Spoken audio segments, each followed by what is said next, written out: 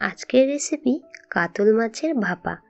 তো কাতল মাছের ভাপা করার জন্য আমি 4টা পেটির পিস নিয়েছি। তো মশলা করতেছি, প্রথমেই জিরা ও পাকা লঙ্কা খুব ভালো মতন বেটে নেব।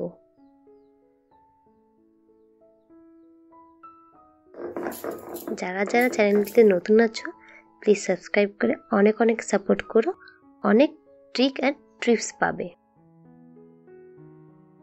তো প্রথমেই মাছগুলো আমি ধুয়ে জল ঝরিয়ে নিয়েছিলাম। যেই পাত্রে ভাপা দেব সেই পাত্রেই মাছগুলোকে ম্যারিনেট করব। মাছের খুব সুন্দর তেল ছিল, সঙ্গে তেলটাও অ্যাড করে দেব। এবার জিরা বাটা ও কাঁচা লঙ্কা বাটা দিয়ে তার উপরেই লবণ ও হলুদ দিয়ে খুব সুন্দর করে ম্যারিনেট করে নেব।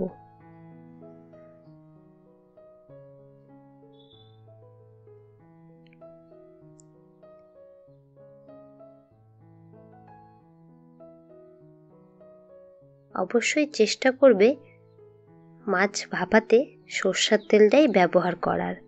সরষের তেল ছাড়া মাছ ভাপা সম্ভব নয়। জলের পরিমাণটা খুবই অল্প দেব। মশলার প্লেটটা ধুয়ে যতটুকু জল বের হবে ঠিক ততটুকু জলই আমরা দেব। এবার একটা ফয়েল পেপার নিয়ে আগে খুব ভালো মতন র্যাপ করে নেব, তার উপরে টিফিন বক্সের ঢাকনাটা দিয়ে দেব।